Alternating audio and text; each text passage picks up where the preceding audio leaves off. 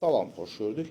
Yenidən sizin də həmişə olduğu kimi mənəm həkim, psixoterapevt, yalan və bədəndirici üzrə ekspert, ixtisaslaşdırılmış proqramlar üzrə NLP Master, təlimçi və klinik hipnoterapevt Elnay Rəhimov Tambovski.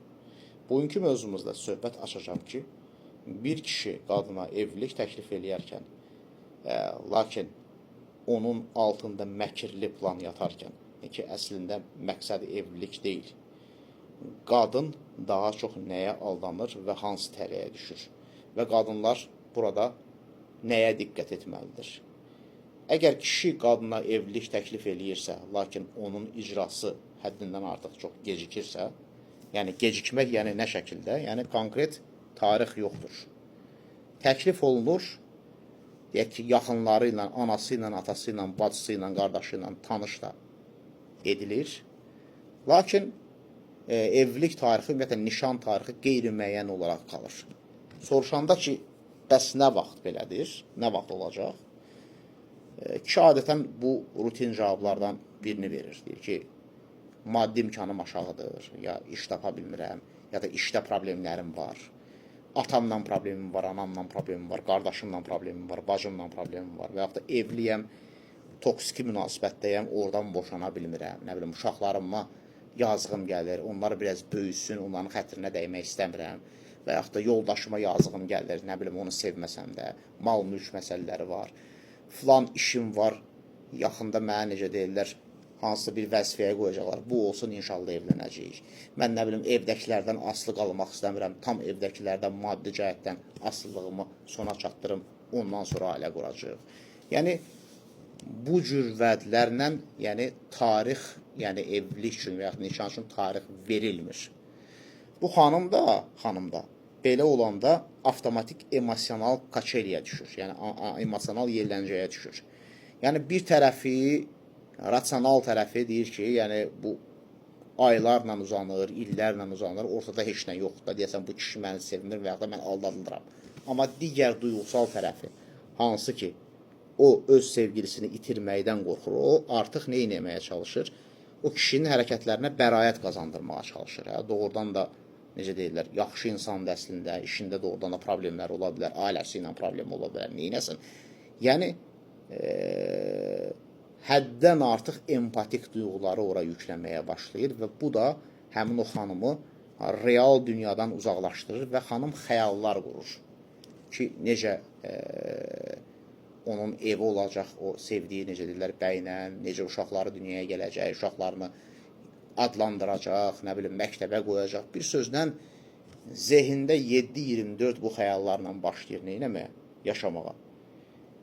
Nə qədər bu xəyallarla yaşamağa başladı, bir o qədər də real münasibətin gedişatını görə bilmir. Əvvəllər heç olmasa azca rasional düşüncə var idisə, rasional düşüncə, ki, doğrudan da yəni bu adamın bu qüsurları var. Bu adam mənə qarşı bu davranışı sərgiləyir, hörmətsizlik sərgiləyir, verdiyi sözü tutmur. İndi isə artıq bütün, necə deyirlər, o davranışları kişinin yaxşı olaraq yozulmağa başlanılır. Əgər məni döyürsə, demək ki, məni sevir. Məni izolyasiya eləyirsə, deyirsə, ora getmə, bura getmə, demək ki, nədir? Münasibətlərimizə önəm verir, yəni istəmir ki, mənim başıma bir hadisə gəlsin, kimsə necə deyirlər, məni aldatsın. Əgər məni alladırsa, demək ki, əslində utanır, bəlkə utanır, ona görə həqiqəti deyə bilmir. Əgər məni, necə deyirlər, söyürsə, təhqir eləyirsə, mənim yəqin ki, hansısa yanlış bir davranışım var, onu düzəltməyə çalışır. Bir sözlə, göz tamamilə, yəni münasibətin reallığını görməyə qapalı olur. Və insan illərlə bu münasibətin içərisində qala bilir bu şəkildə. Söz vermələr, bugün, sabah, bürsü gün, bugün, sabah, bürsü gün, 2 gündən sonra, 10 gündən sonra. Yəni, evlilik sözü verilir, amma bu yerinə yetirilmir. Burada ediləsi lazım olan məsələ nədir xanım üçün? Xanım hər zaman bir tarix istəməlidir bir bəydən. Tamam, evlilik təklif eləmisən. Nişanımız nə vaxtı, toyumuz nə vaxtı. Düzdür, bəzən necə deyirlər, çox real problemlər çıxa bilər. Force major hallar, ölüm, itki, xəstəlik, təbii fəlakət, qəza, bunlar baş verə bilər. Yəni, qaçılmazdır. Yəni bunlar uzaq başı ola bilər, deyək ki, bir dəfə, maksimum 2 dəfə. Amma hər dəfə hər hansı bir problem çıxır, o çıxır, bu çıxır, onu qaydasına qoyum, bunu qaydasına qoyum, onu alım, bunu alım sonra, onu verim, bunu verim sonra artıq bu uzanırsa, yəni təxmini belə deyək ki, artıq bir ildən artıq bu məsələ davam edirsə, demək ki, nədir? Yəni kişinin məqsədi sizinlə ailə qurmaq deyil əslində. Kişinin başqa məqsədləri var. Məqsədləri nələr ola bilər? İndi bəzən xanımlar maraqlanır ki, bu nəyə görə məndən əl çəkmir də? Məqsədi o ola bilər ki, məsələn, o adam, siz etirazlı qadınsınız, o adama da necə də cinsi münasibət lazımdır. Hər hansı şəkildə bu münasibəti davam etdirmək lazımdır. Məqsədi bir başqa ola bilər ki, məsələn, siz yaraşıqlısınız, gözəlsiniz, sizinlə gəzir, özünüz elə bir cəmaata göstərir ki, görün mənim necə gözəl sevgilim var. Yəni bu da bir necə deyirlər, məsələdir. Bir başqa bir məqsədi sizin yaxşı empatik qabiliyyətiniz ola bilər. Yəni dərdi olanda sizə müraciət edir, bütün dərdini, yükünü sizə danışır və siz də onu çox yaxşı dinləyirsiniz. Yəni gözəl dinləyicisiniz, gözəl dostsuz, dəyərli insansınız. Bir başqa məqsəd, yəni kişinin özünün özgüvəni, öz dəyəri çox həddindən artıq aşağı ola bilər.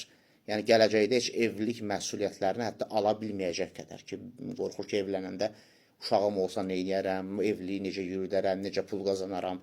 Yəni bu səbəblərdən hər hansı biridir.